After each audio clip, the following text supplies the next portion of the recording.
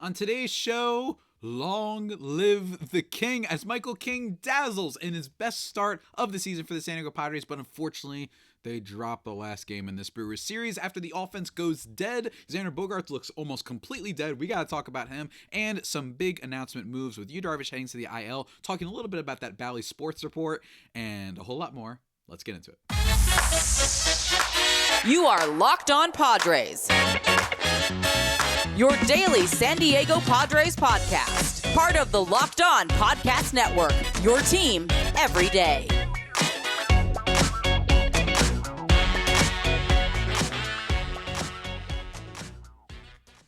Greetings, ladies and gentlemen, and welcome to an edition of Locked On Padres podcast, which is part of the Locked On Podcast Network, your team every day for Thursday, April 18th. As always, I'm your host with sometimes occasionally, but certainly not always the most, Javier Reyes. You might be familiar with my baseball-related work over at justbaseball.com, where I write about not just the Padres, but baseball in general, and I also host a podcast over there as well. If you want double podcasts from Javi, Baseball versus the World, you can check me out on Twitter at Javipeno, JAVIIPENO, or at @Alone_Padres. Check out the podcast is everywhere. You know this by now, wherever you get your podcasts from. Today's episode, guys, we are recapping the last game in this Brewers series that unfortunately didn't go the way that the Padres would have wanted. The offense just straight died. Basically what happened. The offense just died in this one. And don't get me wrong, that happens a lot. We're going to be breaking it down, though. Any sort of takeaways I have, and believe me, we have some, especially about a certain second baseman. We're going to be talking about that, as well as some news with Darvish going to the IL, what that can mean for the team, as well as, finally, nice little Bally Sports Report and what it can mean for the Padres going forward. Firstly, though, I want to say, guys, today's episode is brought to you by PrizePicks, the easiest and most exciting way to play daily fantasy sports. Go to prizepicks.com and use go to prizepicks.com/LockedOnMLB and use code all lowercase LockedOnMLB for a first deposit match up to $100. The Padres lost this game, and it was unfortunate because, first and foremost, not only did Michael King pitch well, and we're going to talk about him in just a second, but it would have been 4 in a row. For those who might forget, last year in 2023, one of the things that was like, don't get me wrong, there was about 27 different memes and like versions of slander you could use for the Padres last year. You could bring up, leaving people on base. One of my pinned tweets on the Locked On Padres account was left on base Padres. I did a little edit or whatever. But another one was the fact that, like, even some of the worst teams in baseball luck into, like, 4 straight wins at some point. And I believe the Padres didn't do that until, like, August or September, I'm going to say. It was, I think they only had one sweep. I think their first sweep came, like, against the Angels. If you guys remember that July 4th weekend, I believe, was, like, the first time they completed a sweep. And then I don't remember if they got to 4. I think they got to 4 in, like, September when they just decided to go on a winning streak, specifically only when there was basically no time left. God, I know. Just talking about that team drives me up a wall. But so that's one of the reasons I really would have liked today, because it would have been to couple with the rest of this past week, beating the Dodgers, having a big comeback win on Friday against the Dodgers, and then the Monday night comeback against the Cubs. It would have been very like, wow, like another monkey off the shoulder. Not only are they showing that they come back in games and show some fight, but they also got a little bit of a winning streak. It just would have been like another reason for us to push 2023 behind. But unfortunately, they lose 1-0, wasting, hilariously enough, the Padres had not lost a single game in which Michael King started this year. And in my opinion, he had been looking pretty shaky. I talked about the velocity drop and how it worried me a bit for a guy like him, a guy who, I think has really good strikeout stuff. And I was worried about that, especially because it's not like the peripherals were all that great. So, for example, a guy like Seth Lugo last year, his peripherals didn't scare me that much, and his velocity dropped. So I was like, that's okay, because he's still getting outs to simplify it, I guess, in a lot of ways. But in this game, Michael King looked awesome, and I do not care that it was the Brewers. 7 2/3, only 1 earned run on 2 hits and 2 walks with 10 strikeouts. That changeup was dynamite in this game, and also the 4-seam fastball, where he generated 15 swings and got 8 whiffs on it too, by the way. So he was really good. If you want to go by outside zone swing percentage, he also got some people to chase as well, which was really good for the fastball.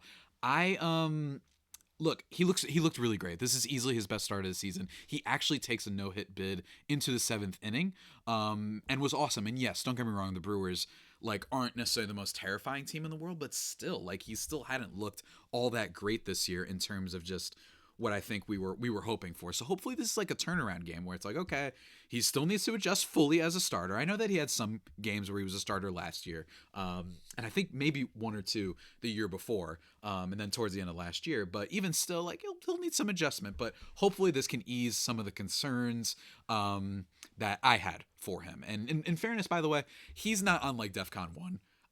He was the one I was the most worried about. DEFCON 1 is a certain second baseman who we're going to talk about in a little bit. But unfortunately, dare I say that's basically it in this game. The one controversy that I might say is should Mike Schill have taken out Michael King in that 7th inning? After he finished the 7th inning, should you actually have taken him out? Because then what ends up happening is, well, he does get Rhys Hoskins to ground out, which is what I thought they were going to do because Rhys Hoskins is, I don't want to say he's the most dangerous bat in the world, but in this lineup, he's a guy, and he's been doing it for years, that can hit for power, he can draw a walk. So I felt like, okay, maybe you just want to deal with him.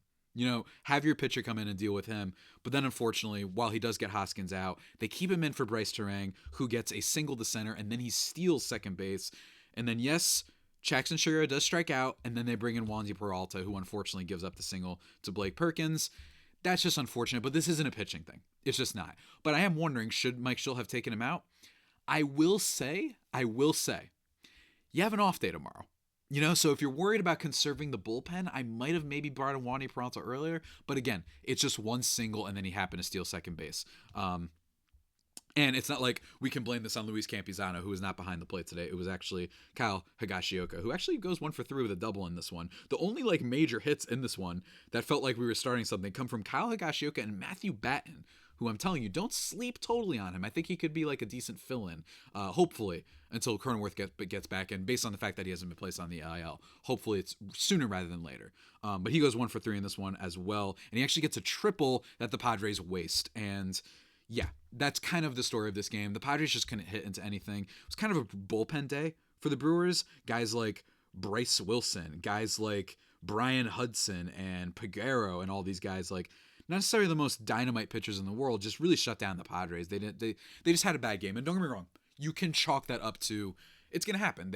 And also I talked about in the last 2 episodes where like the Padres kind of, especially in the first game of the series, basically just have a nightmare inning that goes their way in terms of the Brewers making all these mistakes, making these errors, glove mistakes, turning double play mistakes from a team that's usually pretty good defensively. So, and then yesterday you had, you know, the home run from Kim, but then also some weird like balls that went their way. The Campusano hit that probably should have been caught by Churio. So maybe this should have been expected.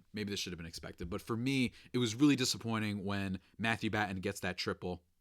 And then Higashioka pops up on a horrible swing that just is an infield fly ball, like a real love tap, dare I say, to the infielder. Xander Bogaerts strikes out on a foul tip, does not swing on what was the strike 2 pitch, and that one was the pitch that he should have swung at, and he very clearly should have.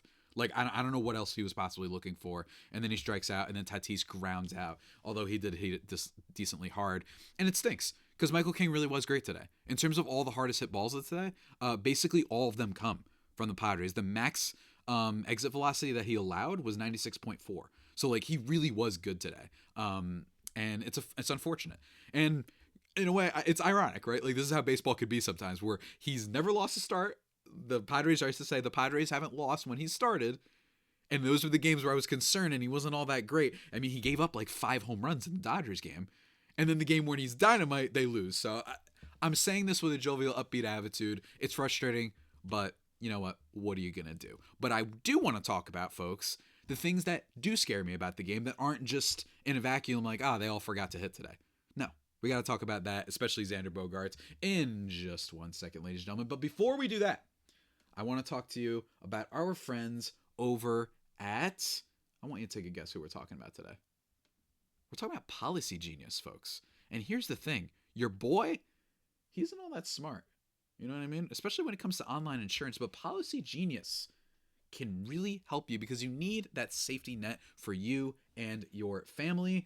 And you need to find the right policy without all this time-consuming stuff that you got to look into that can be really overwhelming. Well, it's the country's leading online insurance marketplace. It saves you time and money so you can provide your family with that safety net With Policy Genius, you can find life insurance policies that start at just $292 per year for $1 million of coverage. Some options offer same-day approval and avoid unnecessary medical exams. What can I say? Go check it out, guys. They helps you compare, other top companies with some of their licensed experts as well. You can compare quotes from America's top insurers at just a few clicks to find the lowest prices. And you can also talk to one of their teams of award-winning agents that will walk you through the process step by step. So yeah, Policy Genius thought of everything. What can I say? So go check them out, guys. Check life insurance off of your to-do list in no time with Policy Genius. Go to the website, policygenius.com/lockedonmlb, or click the link in the description to get your free life insurance quotes and see how much you could save. That's policygenius.com/lockedon. But that's not the only one we got to talk about. It's kind of the more fun version of this world we live in, and we got to talk about the game. Ladies and gentlemen, I love this game so much. And here's the thing, we've all been there. Maybe your team's down. Maybe you need something to do. Maybe you just need that thrill. Lift your head up, look around, open up your phone, and check out Monopoly Go. That's right, the smash hit mobile game Monopoly Go lets you compete with your friends to get the most riches and the biggest empire. It's the Monopoly you love, but on your phone for one thing. I mean, it's called Monopoly Go because it's on the go. There you go. Anytime with tons of new heists, including leaderboards to compare your progress to your buddies, which is all I always love doing that stuff. Just being like, hey, you check the latest leaderboard? I love sending those texts, you know what I mean? So there's so much to do. You can play on countless dynamic Monopoly boards, and you've still got all the classic stuff, classic properties from your railroads to your, I'm blanking on them right now, but you know what I mean? The red and the yellow and the blue ones, all that stuff. You can check that out. And you can just bash your other friends' landmarks with a wrecking ball. I know, disrespectful as heck, but I love it. So go check it out, guys. You can even work with your friends to crack open community chests and tournaments to get extra rewards and climb that leaderboard. So get out there, get your game face on, and download Monopoly Go, now free on the App Store or Google Play. Go check it out.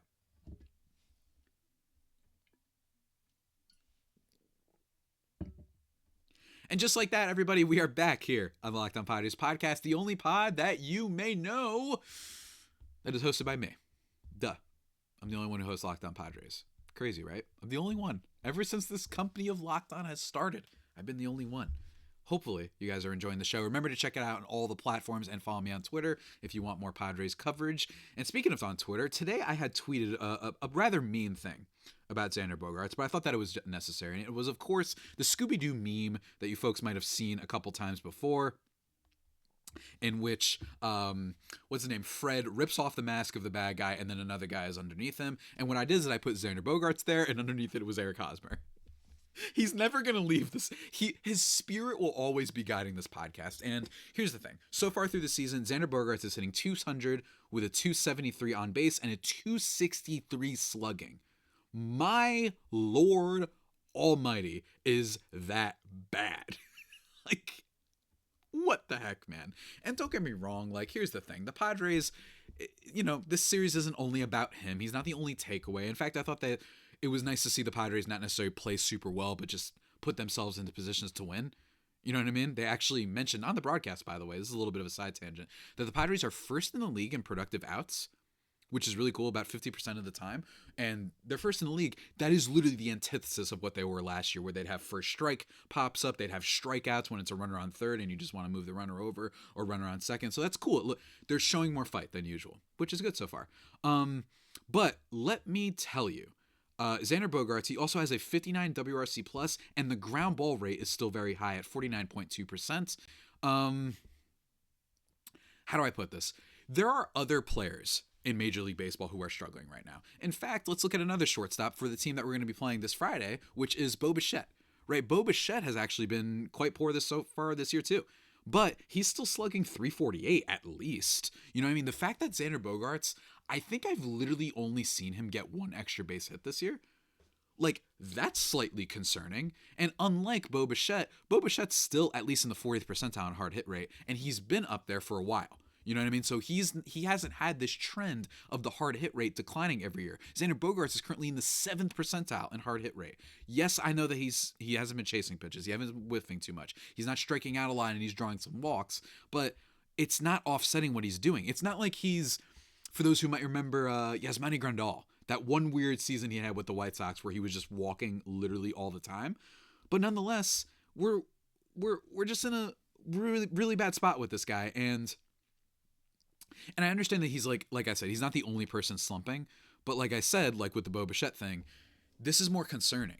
Because Bo Bichette, it looks like it's just a bad slump. While Xander Bogaerts, this points to larger issues. The fact that you don't have any extra base hits. The fact that the body language, frankly, seems a little bit off, which I'm not going to read too much into. It looks a little bit off, but maybe that's just his personality. And if you are hitting the ball into the ground the same rate as last year, and there's no injury to speak of, this is a problem. And I'm going to keep talking about it. This is a big problem. He's looking like Anthony Rendon levels of disaster. And I say all this to say, they got the day off. I really think they need to move him down the lineup because it's hurting the team. It hurt the team in this game where they could have used someone who didn't strike out. You know what I'm saying? Maybe even though Tatis grounds out, I don't know, but maybe something different happens and I prefer that. Who would I move up there? Hey, Jackson Merrill looks pretty dang good. He has tough at-bats all the time. He fouls off pitches. He's been getting on base. He's, I think, slowly tapping into his power, but that's okay. He doesn't need to be a power guy, especially if you're going to be, necessarily the leadoff hitter potentially. Or maybe I'd move Tatis there, right? Maybe I move Tatis there. I think Xander Bogaerts needs to be moved down because I just don't think that he's shown that this is... I just don't think that players, just because they're being paid a lot or they're a star, it means that you should keep them in there forever. That's what the Padres did last year, and it hurt them, right? There were times when you're like, can we just try mixing things up? We're really just going to throw our head into the sand and just keep, definition of insanity, doing the same thing over and over and expect different results. So I think they need to move him down. And you have two players with Merrill and then Ha-Seong Kim. Ha-Seong Kim last year, and I've mentioned this a lot, upped his walk rate. Didn't swing at nearly as many pitches. Tapped into some more power, and second most pitches per plate appearance last year, only next second to Ryan McMahon. So like Ha-Seong Kim worked as a leadoff hitter. Like I actually think it's okay if they hit him there. I don't mind where he is now. The only case for not moving Bogaerts down is that, hey, Ha-Seong Kim slowly getting into the groove of things. Jackson Merrill, do you really want to keep forcing the issue? Every now and then I'm like, look, he is excelling. He's been great. He's so much fun. He hustles. He plays hard. He runs out the ground balls and all that stuff. But, do you want to push him too much? Push him too far? I do like that they've moved him up in the order, though. Don't get me wrong. And I like that they did that quick, by the way. Merrill Madness is real. But I just want to throw that out there because it's been really, really frustrating seeing all this for the Padres. And while there's been so much good, Cronenworth, who I know that he didn't play yesterday by the time you're listening to this. And I know that, some of their pitchers have been a little bit hit or miss. The bottom line is some of the players like Cronenworth, like Jackson Merrill, like, I don't know, but someone else, Tatis is back to like the MVP version of Tatis. Manny Machado, he's slowly heating up and finally getting into it and whatnot. The fact that you have a lot of good going for you and then you just have this one giant chain ball to the momentum is really frustrating. So in my opinion, I would try it out. Does it feel like you'd be conceding if you do that? Maybe, but I'm telling you guys, it's not the same. The at-bats look rough. He's not swinging at the pitches he should. And I know that his swing has always looked a little bit effortless, but it just doesn't look right. And he's not hitting the ball hard. That's the biggest thing. And that worries me because he wasn't hitting the ball hard last year. And unlike this year, there's no Spencer Strider fastball that we know hit his wrist. So I'm really freaking out, and you should too, I think, because I don't think that this is something that's going to turn around. Manny Machado last year, you could chalk that up to injury and weirdness, right? This one, I don't think you can. So I really do think that they need to move Xander Bogaerts down in the lineup order. Personally, I'd put Ha-Seong Kim back up there. Same thing as what he did last year. And then Bogaerts can be 6. And frankly, that's not too bad. Maybe he can just draw some walks while he's down there for a little bit. I don't know. But I just want to try something new. Ladies and gentlemen. That's just me, though. But of course, that's not the only thing, folks. Look, there's still less stuff we got to talk about. One minor thing, the Padres traded Pedro Avila to the Guardians for cash considerations. Dang, kind of crazy how fast that changed. And if you're getting traded away, and we love Ruben Niebla, maybe they just couldn't get anything from this guy. I'm a little bit sad by it, though, because he did show in a small sample size that as a reliever, he'd been okay. I know that that's more last year than this year, but I guess they figured there's nothing salvageable with him. And it's weird because they say nothing salvageable when they're still trying to get Adrian Morejon, who's been basically just fastball and then nothing else works for a while now, but maybe they think they can turn him into something. So we'll see. We will see. Or the bad side of this trade could be the Padres like not giving up on Adrian Morejon yet because they have shown for a few different examples and instances that Preller doesn't want to back off and management doesn't want to necessarily back off and admit maybe they were wrong on something. So we will see. But folks, that's not all. We're going to talk about Yu Darvish and the Bally Sports Report in just 1 second. But before we do that, I want to talk about the folks I talked about at the top of the podcast. And that's our friends over at Prize Picks, America's #1 fantasy sports app with more than 3 million members. That is right, guys. Is the easiest and most exciting way to get in on the action. All you have to do is just pick more or less on 2 or more player stats and watch those winnings roll in this series, maybe this weekend. You want to bet over on Musgrove innings and strikeouts? Maybe you could do that. I think Musgrove might be good this weekend. I don't know, folks. I'm kind of feeling it. What can I say? And also, NBA play-in stuff just happened. By the time that I'm recording this, the Heat just lost to the Sixers. So hopefully, if you had some Prize Picks entries, I hope those went well. And really cool as well, they have injury insurance stuff. So like in baseball, 2 plate appearances or fewer, like you can that won't count. It won't hurt you. It won't count as a loss, which is really, really cool.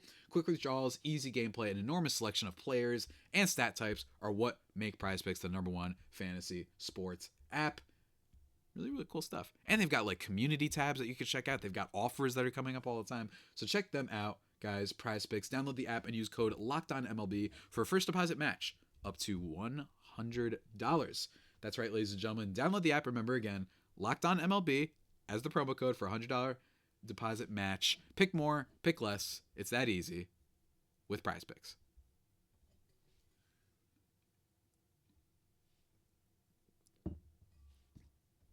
And just like that, ladies and gentlemen, we are back in the waning moments of today's episode. Of course, free and available on all platforms. Okay, last bit of news. Yu Darvish heading to the IL, and this is a bummer because, look, I talked about it all offseason, and he's got a 4.18 ERA through 5 starts. He hasn't looked all that phenomenal, but he's okay. He's okay.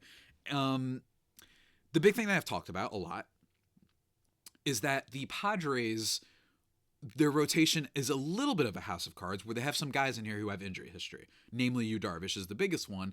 And when Yu Darvish has been healthy, he's shown that he can still be a very good starter. And it's basically been literally the entire story with his career.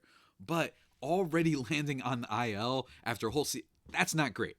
That's not great. The injury is the first documented, I'm reading now from Dennis Lin at The Athletic, the injury is the first documented ailment for Darvish, 37, since he was shut down last September with a stress reaction in his right elbow. He previously missed time in 2022 with right elbow inflammation. Not great. It's neck tightness, by the way, for the record, so it's not the same injury he had before, but not great that it's a new injury, frankly. And also in a corresponding move, the Padres recalled reliever Logan Gillespie from AAA El Paso. It's possible that the Saturday game, you might get a little bit of a bullpen day because that was, I believe, Yu Darvish's next scheduled start. This is really unfortunate, obviously. Check it out. Dennis Lin wrote about it a little bit, but it's nothing crazy. It's nothing crazy in terms of like, this is an injury expected to keep him down. But Dennis Lin does note both pitchers have been, He writes about Joe Musgrove and Yu Darvish. He says, both pitchers have been uneven early this season with troubling underlying numbers. Darvish's average fastball velocity at 93.5 miles per hour is down a full tick from last year, and the average exit velocity against him is up by more than 4 miles per hour. So we'll have to see. Hopefully this is not injured for too long, but I just want to say once again that the Yu Darvish contract was just so, don't get me wrong, he's not a bad guy to bet on to age well, but I just don't know who they were bidding against. And that contract, along with Cronenworth, and certainly along with Bogaerts, who we just talked about, this is the type of thing that gets a GM fired. I talked about it this offseason. I said, yes, I would replace Yu Darvish. I would have replaced AJ Preller 100%. My thing was this guy has just shown from reports about micromanaging and running a team overall, and the fact that players don't tend to get all that much better here, that I think at some point comes down to the GM, not the manager. So when people ask me, I don't think Melvin's good. Well, no, I don't really care about who the manager is sometimes because it's been the one same guy picking them and working with them. And if you have micromanaging allegations, that doesn't mean that it was Bob Melvin necessarily, who's now with the rival Giants. So we'll see how that goes. But what can I say? Just really, really frustrating. I just don't know who you were bidding against. Because, guys, if AJ Preller doesn't give out that deal and Yu Darvish has the season that he had last year, guess what? You could still bring him back, but for a lot less and for not nearly as many years. So it's frustrating, but hey, we're stuck with him. Hopefully he can get back better soon and at least be a productive pitcher. I mean, maybe the days of Yu Darvish aceness are behind, and that's why you still have guys like Musgrove and Cease and King and hopefully some of the guys in the minors with Lesko and Snelling. So it's not like we're not DEFCON 1 when it comes to the pitching. But with Yu Darvish, hopefully he can just be serviceable and a decent starting pitcher. And I still think he can be, but we'll see. And hopefully this IL stint will help him clear up some things. Maybe he'll tinker and whatnot and figure some things out. Last thing I quickly wanted to mention is a report from Awful Announcing. Great site, by the way, if you're into sports media type of analysis and whatnot. This article, Bally Sports reached up to a $78 million settlement with the San Diego Padres in confidential agreement. Reading from the article, the bankrupt regional sports network Bally Sports agreed last year to pay as much as $78.9 million to San Diego Padres for ceasing payments on their contract, according to a copy of the then confidential agreement included as an exhibit in a motion for the federal judge overseeing the case to approve it. The Padres were one of two MLB teams Bally Sports terminated their RSN contracts through the Chapter 11, which parent company Diamond Sports Group filed in mid-March 2023 after years of losses from cord cutting and acquisition debt. The other was the Arizona Diamondbacks. There's a whole bunch of stuff going on here. A lot of stuff here. And I think that this has been a big thing. And one of the things that we talked about, one of the things that I emphasized in the offseason, and I swear I'm not going to be taking like a victory lap here, but my thing has been like, I know that Peter Seidler passed, RIP, of course. I think that a lot of Padres fans, the discussion was, oh no, without Peter, like they're going to go back to being cheap. And I really just disagreed with that sentiment. And as a result of this story, I think that it might be a little bit of a sign that the Padres are going to get some money back. And while, yes, they did trade Juan Soto, I think that the Padres were in a very, very rare situation where them not spending money, I actually think it wasn't how most other teams do, which is that their owner wants another yacht. No, I actually think the Padres were like, look, first of all, this hasn't worked all that great. We've got a weird TV deal thing. Our owner just passed. And on top of that, they just want to get under the luxury tax threshold because it goes up year every year. So they just want to reset that.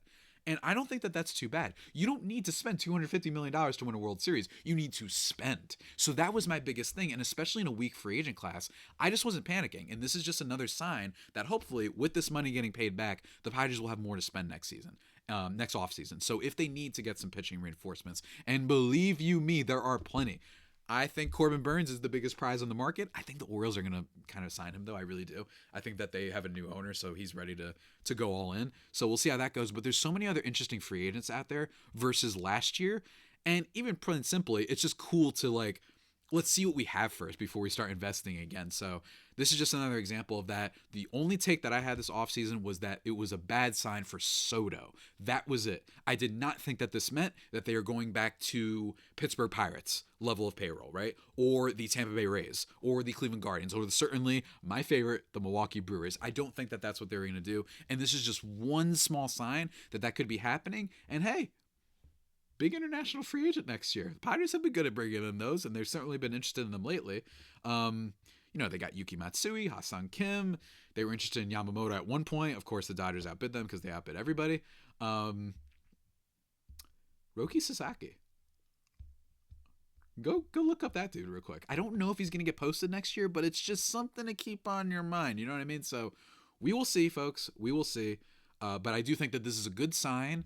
Just one step to get the ball rolling of the Padres gearing up to at least be ready to spend a little bit more next offseason. I really, really do. I don't think that they're going to be just completely quiet.